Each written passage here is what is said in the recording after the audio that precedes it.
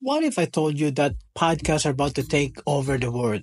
A new report from Acast that the global podcast giant reveals some mind-blowing stats. Over 95% of podcast listeners plan to maintain or increase their listening time in the next 6 months. That's huge. But here's where it gets interesting. In emerging markets like India and Indonesia, nearly 80% of listeners are highly engaged with podcasts. That's more than social media scrolling or audiobooks. And get this, in the US, 40% of people are more engaged with podcasts than radio. It's not just about listening, thought. Podcast fans are taking their love offline.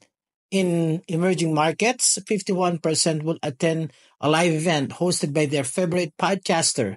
In the US, one third already have. But here's the kicker. Advertisers, listen up. Podcast ads are driving real result.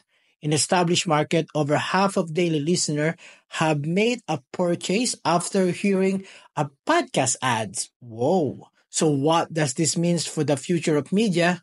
With podcasts outpacing traditional formats in engagement and ad effectiveness, we might be witnessing a systematic shift in how we consume content. Are you ready for the podcast revolution? For more insight and latest podcast news, head over to podwars.com.